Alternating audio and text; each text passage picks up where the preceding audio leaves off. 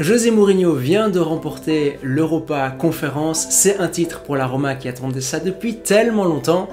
La saison de Mourinho à la Roma, comment elle s'est déroulée? On voit ça aujourd'hui avec un invité.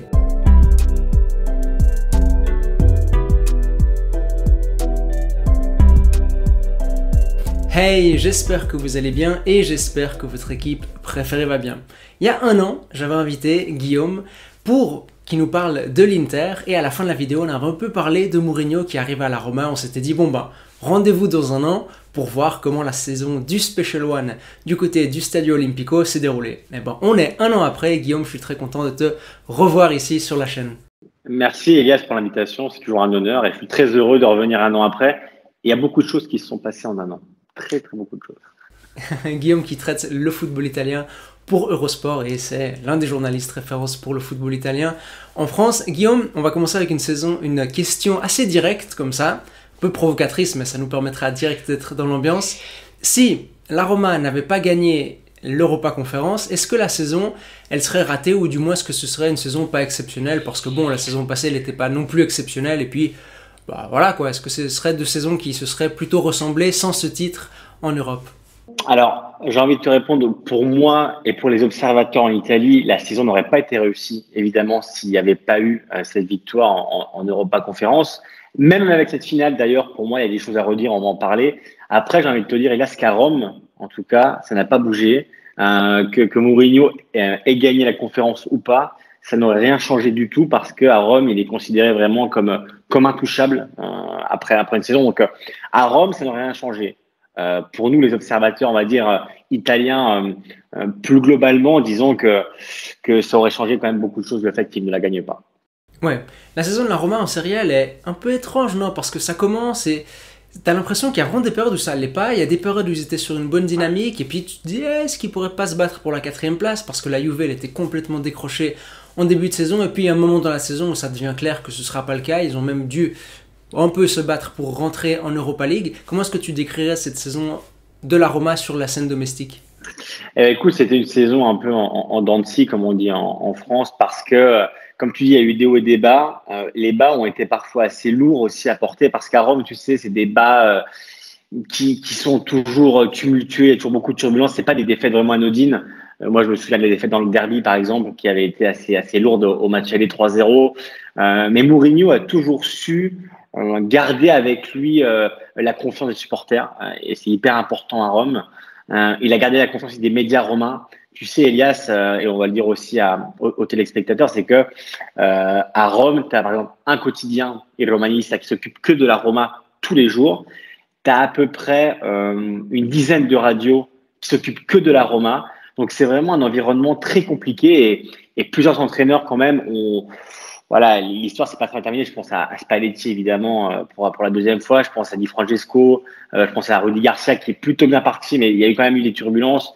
À Fonseca la saison dernière. Et c'est vrai que Mourinho, même dans les moments les plus compliqués, a toujours su garder l'unité qui parfois à Rome s'effrite trop rapidement. Mais oui, c'est une saison.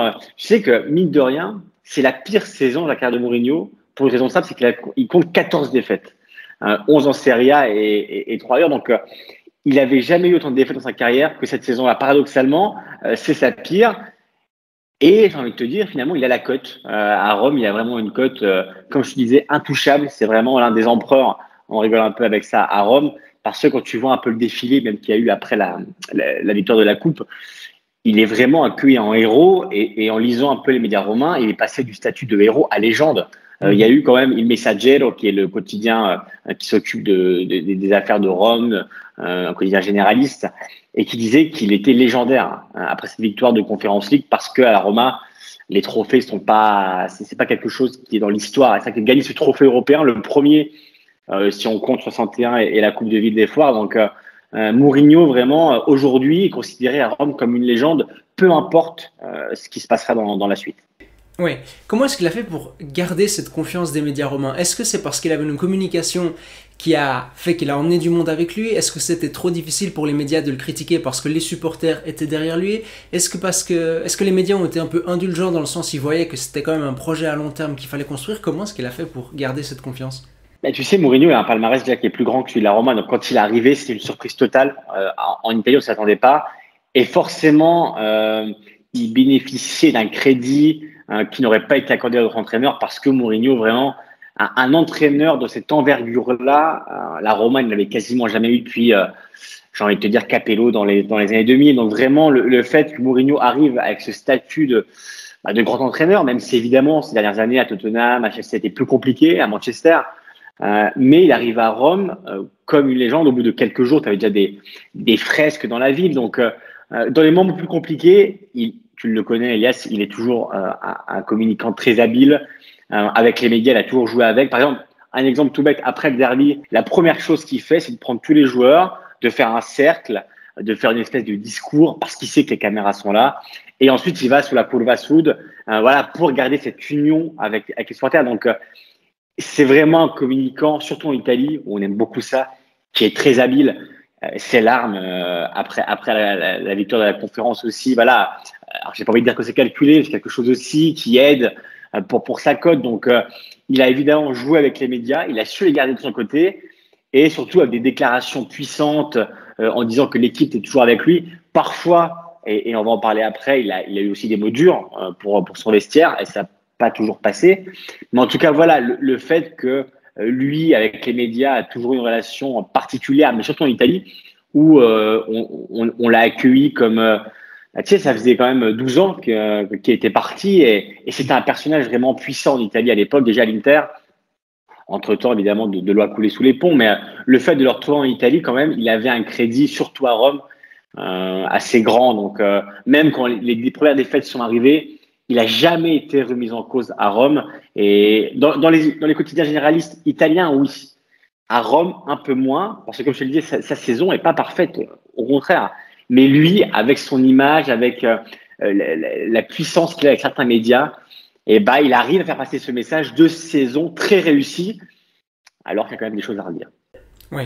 Sur le terrain, c'était une équipe, je pense, elle s'est caractérisée par vraiment sa capacité à être dans son camp et à récupérer et assez vite ressortir un football qui pouvait être assez vertical parfois avec Tammy Abraham qui venait en appui, on arrivait à le trouver, lui, il déchargeait et jouait comme pivot sur un autre joueur qui arrivait lancer. Là, tu voyais qu'il y avait vraiment des choses qui étaient travaillées.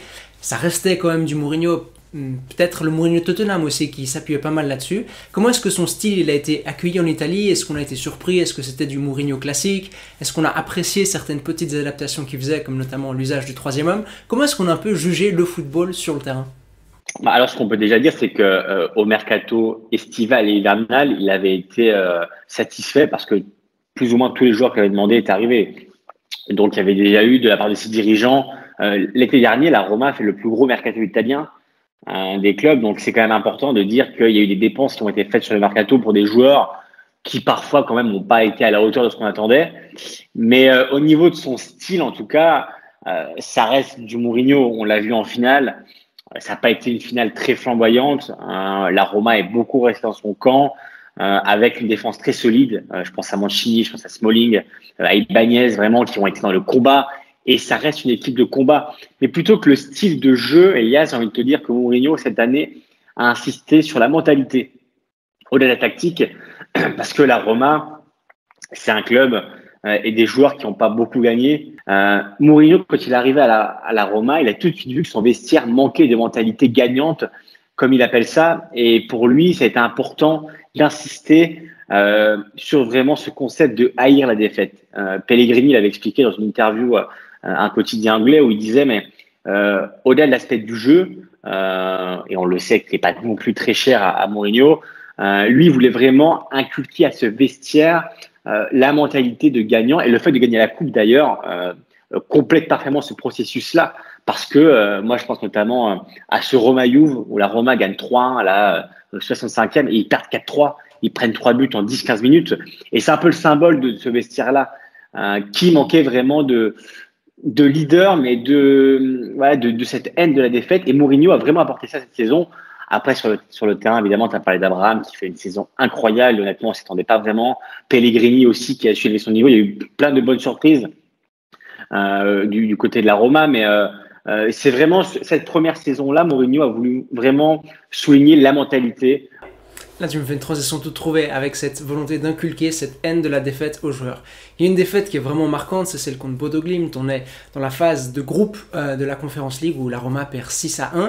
Et il y a une période dans l'automne où l'hiver arrive et là, plusieurs fois, on voit Mourinho sortir en interview d'après-match direct, commencer à critiquer ses joueurs. Ils n'ont pas la bonne mentalité, ils sont faibles si je paraphrase un peu. Et là, je me souviens, certains médias, notamment en Angleterre, ils disaient bon bah Mourinho il est en train de faire le truc habituel, le vestiaire il est en train d'exploser et c'est la preuve qu'il a perdu sa patte. Comment est-ce que dans ces moments-là ou après ces moments-là où Mourinho a été très dur et très direct avec ses joueurs, il a réussi à garder le vestiaire avec lui et deux, il a finalement réussi à inculquer cette haine de la défaite ou cette mentalité de gagnant aux joueurs? Écoute, pour répondre à ta première question, faut dire que les joueurs de la Roma quand même ont un respect assez grand pour Mourinho, déjà pour ce qu'il a fait. Et même si évidemment il est sur une pente, on va dire, descendante, parce que sinon il ne serait pas à la Roma aujourd'hui, clairement. Il serait dans un plus grand club. Et le fait qu'il soit à la Roma aujourd'hui, ça confirme un peu le fait que sa carrière coule doucement vers le bas. Mais en tout cas, tu l'as dit, il a eu des mots très durs après Bodo Glimt. Mais il y a eu des mots très durs aussi après la défaite contre la Juve. Vous l'avez parlé de gamin pour parler de ses joueurs. Mais c'était pour les piquer dans le vif. Et je pense que ces joueurs l'ont compris. Pellegrini aussi a pas hésité à prendre la parole quand il fallait. Il fallait aussi des relais pour Mourinho cette saison. Mais en tout cas, oui, il voulait vraiment faire passer ce statut de joueur à gagnant. Alors, il l'a fait. Alors, ça reste la Conférence League, évidemment. Et certains pourront dire, oui, c'est que la C4. Mais pour la Roma, c'est déjà énorme. Et on l'a vu avec la fête qu'il y a eu le lendemain dans les rues de Rome. Mais en tout cas, voilà, il a réussi à garder ce vestiaire-là parce que les joueurs ont compris aussi que c'était pour leur bien. C'était du style Mourinho et tout le monde le connaît aujourd'hui. Après, il faut aussi savoir qu'il y a des joueurs quand même qui ont été, alors j'ai pas envie de dire mis de côté, mais qui n'ont pas non plus été vraiment dans la rotation cette saison. On verrait tout qui, avec cette saison, a connu une saison plus compliquée avec Mourinho. Mais en tout cas, les joueurs ont rapidement compris que et surtout les joueurs, j'ai envie de te dire, Elias, ils ont vu que les supporters, c'est très important à Rome, étaient du côté de Mourinho. Et du moment que les joueurs voient ça, ils se disent, alors si le problème n'est pas l'entraîneur, et parfois les anciens entraîneurs, on leur déchargeait toute la faute sur eux, alors c'était évidemment pas que leur faute, mais c'était un peu la facilité. Et quand les joueurs voyaient ça, ils disaient, non, c'est de la faute de l'entraîneur, du coup il va sauter, il va en prendre un autre, ça va recommencer. C'était le cas avec Fonseca, avec Di Francesco, avec d'autres. Et quand les joueurs ont vu que tout le monde, nous on appelle ça en Italie l'ambiente romano, ça veut dire l'environnement romain, c'est les médias, les radios, les supporters. Et quand les joueurs, le vestiaire a vu que tout le monde faisait bloc derrière Mourinho, ils ont dit, ok, donc là c'est vraiment à nous de nous remettre en cause et c'est à nous de suivre ce que dit le coach, qui a aussi un staff qui est assez important parce qu'il ne travaille pas tout seul, Mourinho évidemment. Et pour répondre à ta deuxième question, c'est évident que la Roma cette saison a eu des moments évidemment plus complexes, mais moi je parle avec beaucoup de supporters de la Roma qui me disent Mourinho est vraiment notre guide, notre leader, c'est vraiment le chef de rang d'une équipe et d'une mentalité. Mourinho, il l'a dit après le match, il a pris cette mentalité romaine pour lui. C'est vraiment deux réalités, j'ai envie de te dire, un Mourinho sur le déclin et un club qui n'a jamais gagné historiquement beaucoup de choses dans le championnat et même évidemment en Europe. Et ces deux entités qui sont trouvées parfaitement au bon moment. Et je trouve qu'au niveau de la mentalité, ça a parfaitement matché, Et alors voilà, ça n'a pas été parfait. J'ai pas envie de dire que la saison de Mourinho est parfaite parce que ça serait dans son jeu. Et je pense qu'avec le recul qu'on a, on pourrait dire qu'il y a eu beaucoup de moments compliqués et des défaites qui sont assez incompréhensibles, honnêtement. Et le fait que la Roma, tu sais, termine derrière la Lazio d'un point à Rome, ça a toujours du mal un peu à passer. Mais en tout cas, pour moi, c'est deux entités, Rome et Mourinho, qui se sont trouvées au bon moment pour créer une alchimie qui a marché tout de suite. Mais aujourd'hui, quand même, Mourinho aspire évidemment à plus, la Roma aspire à plus. Et l'objectif la saison prochaine, ce sera évidemment de se qualifier pour la Ligue des Champions parce que la Roma ambitionne au top 4. Et pourquoi pas rêver du Scudetto, mais ça me paraît encore un peu tôt par rapport à certains autres clubs qui sont dans leur projet plus avancé. il y a une chose qui est caractéristique d'un passage de Mourinho dans un club, c'est qu'il arrive, ou il essaye en tout cas de construire cette mentalité de nous contre le reste du monde qui nous veut du mal. À Madrid, ça t'est passé par le fait de critiquer des personnes à l'intérieur de son club qui supposément n'étaient pas assez dures envers les arbitres et la fédération. À Chelsea, il avait critiqué le fait qu'au sein des médias anglais, personne n'était pour Chelsea, tout le monde défendait United et Liverpool. À la Roma, j'ai la connaissance du fait qu'il a fait la même chose parce que tu as écrit un article sur le sujet. Comment est-ce qu'il a construit cette mentalité de la Roma contre le reste du monde qui veut du mal au club romain? C'est exactement ce qu'il avait fait à l'Inter. Si tu te souviens, dans les années 2010, où il avait parlé d'ennemis invisibles, que l'Inter était contre tout le monde, et c'est vraiment un grand classique de Mourinho. Et cette année, j'ai envie de te dire, il l'a fait aussi avec les arbitres, parce que, alors évidemment, il y a eu des erreurs arbitrales pour la Roma, comme il y a eu pour d'autres clubs, mais sans rentrer dans le détail, il a fait passer ce message aux médias romains que si certaines défaites étaient arrivées et si certaines contre-performances avaient eu lieu, c'était de la faute des arbitres.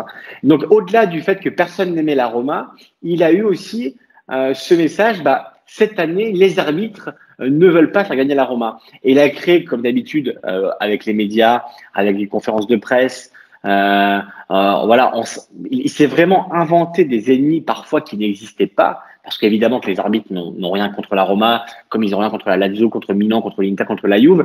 Mais lui a fait passer ce message de cette année, c'est nous contre tout le monde. C'est un sentiment qui existait quand même avant à la Roma, où on s'est souvent senti lésé par certaines erreurs.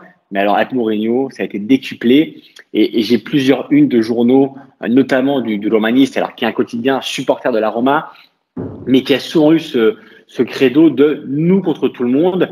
Et c'est Mourinho qui donnait le là à ce mouvement-là. Et les supporters sont tellement en adoration et en admiration devant Mourinho pour l'image qu'il est, pour l'entraîneur qu'il est, au-delà du salaire assez énorme qu'il prend quand même, parce que c'est l'entraîneur le mieux payé de l'histoire de la Roma, il faut le rappeler, c'est quand même important. Et le fait qu'un entraîneur comme Mourinho confirme que la Roma n'est pas aimée par les instances,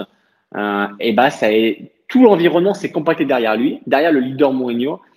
Et pour finir, une question sur un joueur que beaucoup de monde aime, c'est Nicolo Zaniolo. Un joueur dont on attendait sous Mourinho qu'il se passe des choses spéciales, et puis il y a eu un peu de tout. Non, il y a eu le fait que parfois il a été très bon, parfois il a été relégué sur le banc.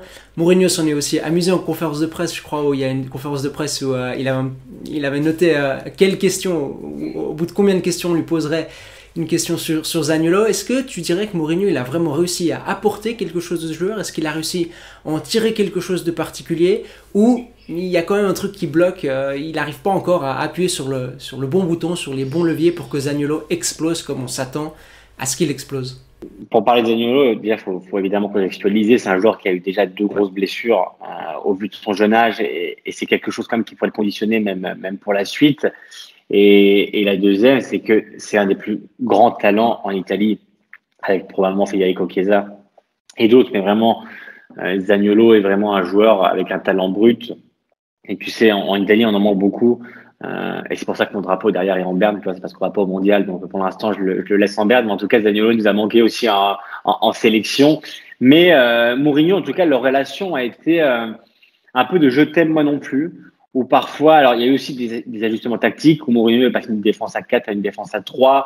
Devant, il a joué une fois avec deux attaquants, une fois avec uniquement Abraham. Donc il y a eu vraiment plusieurs adaptations que parfois Zaniolo a payé, tu l'as dit, en restant sur le banc. Donc c'est une relation, j'ai envie de te dire, un peu père-fils.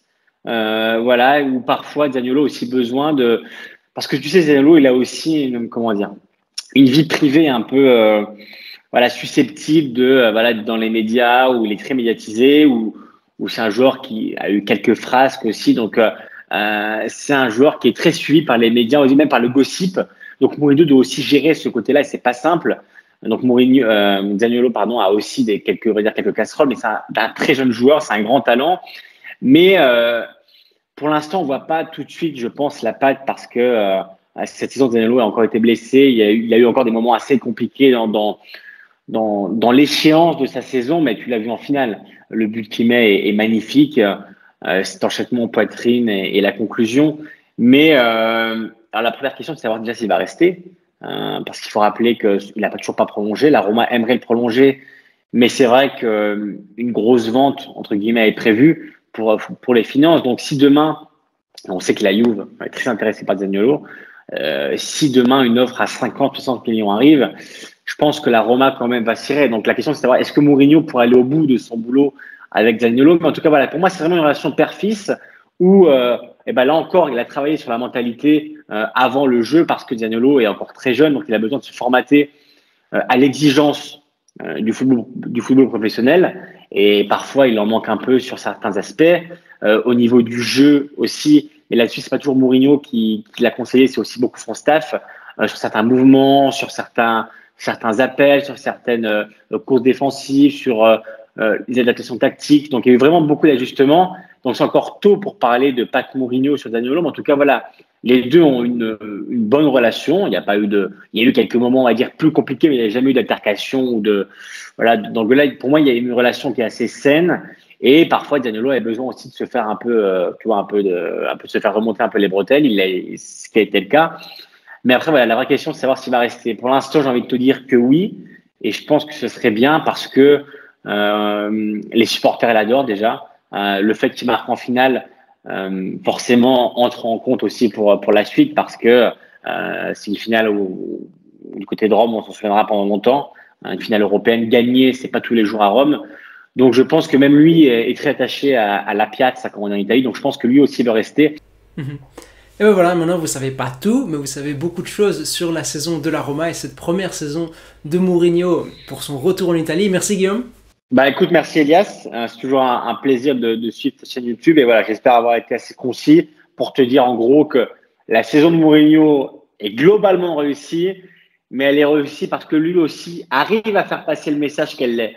Et voilà, je pense qu'on a eu le bon angle pour parler aussi des défaites qu'il a eu, des moments plus compliqués, parce que tout n'est pas aussi rose que lui voudrait le faire passer. Mais tu sais, Mourinho, je pense que c'est trop tard pour le changer. Et maintenant, voilà, on le prend comme il est en Italie. En tout cas, voilà, ça reste un personnage qui est évidemment central pour les médias et pour nous journalistes. Merci Elias en tout cas. Bah, un plaisir. Et puis nous on se retrouve, alors je sais pas quand, parce que là vous avez peut-être remarqué que c'est une période où c'est plus difficile pour moi de poster régulièrement, beaucoup de choses qui se passent dans ma vie d'étudiant. Mais on se retrouve très bientôt pour parler de football évidemment. Allez, à toutes.